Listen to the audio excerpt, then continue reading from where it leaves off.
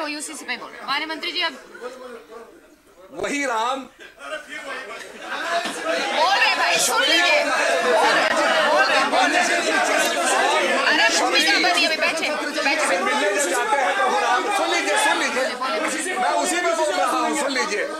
शौर्य को जब महत्व देते हैं और जब जाते हैं तो शबरी प्रभु से कहती है विधि स्तुति करूं तुम्हारी, अधम जात में जड़मत नारी, अधम ते अधम अधम अति नारी, तीन मैं प्रतिबंध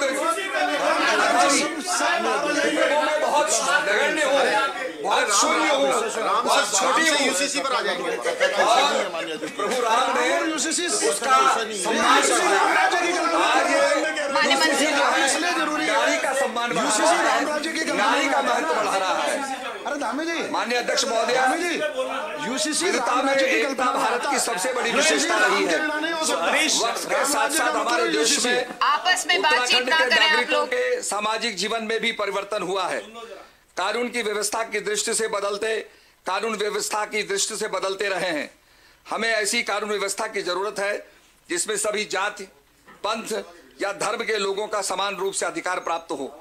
हमारे संविधान में इस प्रकार की व्यवस्था के लिए समान नागरिक संहिता का प्रावधान किया गया है, लेकिन तत्कालीन कांग्रेस की सरकारों ने इस कानून को वोट बैंक की राजनीति के चलते ठंडे बस्ते में डाल दिया। भारतीय जनता पार्टी और जनसंघ ने हमेशा समान नागरिक संहिता को लागू करने की पैरवी की है। हमारे उत्तराखंड सरकार ने समान नागरिक संहिता के संकल्प को पूरा करते हुए संविधान के विशेषज्ञों की राय लेकर विधानसभा चुनाव के दौरान इसे लागू करने का संकल्प हमने लिया था। इसके लिए हमें जनादेश भी मिला है। हमें खुशी और गर्व का अनुभव है कि समान नागरिक संहिता की शुरुआत उत्तराखंड से होने जा रही है। समान नागरिक संहिता का ड्राफ्ट तैयार करने से पूर्व समाज के हर वर्ग से इसके लिए सुझाव जो है आमंत्रित किए गए, जिसके परिणाम स्वरूप आज यूसीसी का ड्राफ्ट विधेयक रूप में सदन में पेश किया गया है। यूसीसी का मकसद एक ऐसा कानून बनाना है जो शादी, तलाक और गोद लेने से जुड़े मामलों के सभी धर्मों के नागरिकों पर लागू होगा। समान नागरिक संहिता में विवाह के मामले में सभी धर्म एवं संप्रदायों में प्रचलित संस्कारों का पूरा ध्यान रखा गया है। विवाह विच्छेदन यूसीसी के दायरे में ही हो सकता है। कोई खाप, कोई पंचायत या कोई मौलवी इसमें अपना फैसला नहीं सुनाएगा। माननीय अध्यक्ष महोदया, यूसीसी के लागू होने की तिथि से कोई भी विवाह चाहे किसी भी धार्मिक रीति रिवाज से हुआ हो, उन्हें अपना विवाह का पंजीकरण करवाना अनिवार्य होगा। यदि किसी कारणवश विवाह विच्छेदन या तलाक हो जाता है तो भी न्यायिक आदेश का पंजीकरण करवाना अनिवार्य होगा। माननीय अध्यक्ष महोदया, समान नागरिक संहिता में व्यवस्था दी गई है कि विवाह या तलाक के मामले में यदि कोई व्यक्ति द्वारा जानबूझकर भ्रामक या गलत तथ्य प्रस्तुत करता है तो उसके लिए दंड एवं आर्थिक दंड दोनों का प्रावधान रखा गया है। उनके बच्चों की अभिरक्षा और हित सर्वोत्तम व सर्वोपरि होंगे। 5 वर्ष से कम आयु के बच्चों की परवरिश माता के पास रहेगी। दंपत्ति में कोई विवाद होने पर मेल मिलाप के लिए न्यायालय द्वारा प्रयास किया जाएगा और काउंसलिंग की व्यवस्था पूर्व की भांति जारी रहेगी। The Uniform Civil Code, despite being a subject of continuous debate, offers significant advantages that contribute to the overall progress and development of Indian society by promoting gender equality, fostering social cohesion, upholding secularism, simplifying the legal framework, and encouraging modernity.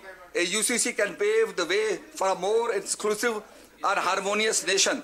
It is essential to approach the implementation of UCC with sensitivity and respect for diverse religious beliefs while privatizing the principles of equality and justice. माननीय अध्यक्ष महोदय, ऐसे कई विषय जो समान नागरिक संहिता में सम्मिलित हैं, जिनकी चर्चा मेरे साथियों पूर्व में पहले ही कर चुके हैं। मैं इसके लिए मुख्यमंत्री श्री पुष्कर सिंह धामी जी को बधाई देना चाहता हूं और उनके नेतृत्व में हम यह पुनीत एवं ऐतिहासिक कार्य इस देवभूमि उत्तराखंड से करने जा रहे हैं। रावी की रवानी बदलेगी, सतलज का मुहाना बदलेगा, गर शौक में तेरे जोश रहा, तस्वीर का सामा बदलेगा। बेजार ना हो, बेजार ना हो, सारा फसाना बदलेगा। कुछ तुम बदलो, कुछ हम बदले, तब तो ये जमाना बदलेगा। आइए जमाने को बदलने के लिए यूसीसी को पारित करें ध्वनि मत से, एक मत से। धन्यवाद। माननीय सदस्य,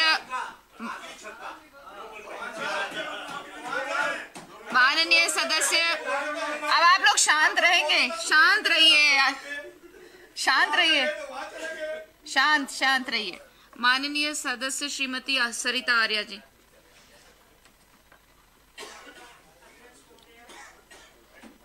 माइक खोल लीजिए।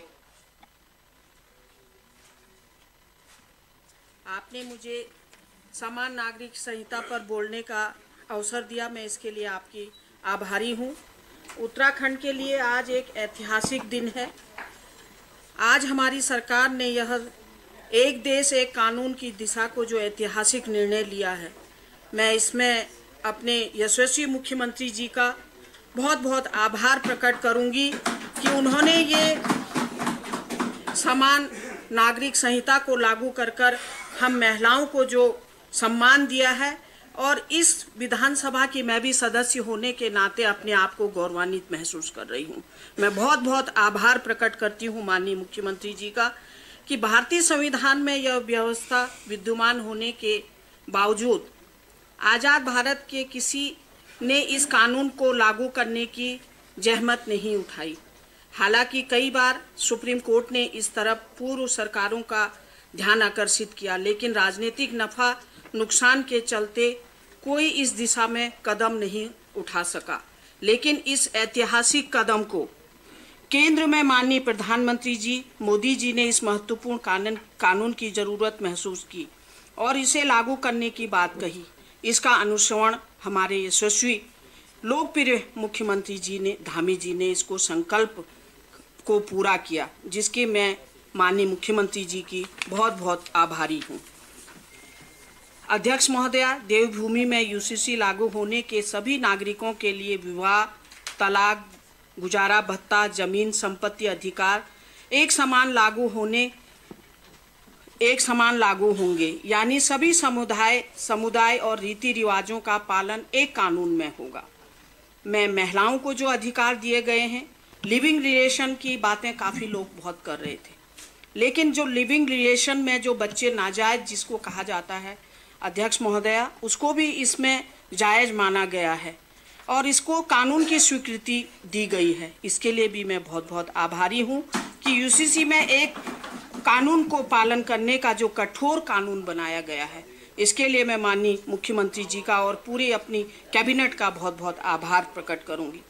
देवभूमि में कानून का एक संदेश हमारी सरकार ने जो दिया गया है, इसके लिए मैं कानून के रूप में समाज को एकता, समरता और समानता का जो एक समान नागरिक संहिता का एक जो माननीय मुख्यमंत्री जी ने यहाँ पर सिद्ध कर दिया है कि उत्तराखंड में हमारी सरकार एक संकल्प जो माननीय मुख्यमंत्री जी ने लिया है। मुख्यमंत्री जी, आपको बहुत बहुत आभार प्रकट करूंगी और महिलाओं को जो एक अधिकार आपने दिया है, इसके लिए मैं आपकी तहे दिल से आभारी। मैं भी कांग्रेस में रहकर मैडम वहाँ चिल्ला रही थी, मैं महिला हूँ, मैं लड़ सकती हूँ, लेकिन इसको यहाँ सिद्ध करा माननीय भारतीय जनता पार्टी ने कि तुम लड़की हो, लड़ सकती हो। मैं बहुत बहुत आभारी हूँ भारतीय जनता पार्टी की। जय हिंद, जय उत्तराखंड। धन्यवाद। माननीय सदस्य श्रीमती शैला रानी रावत जी। हरीश भाई सुन लिया ना।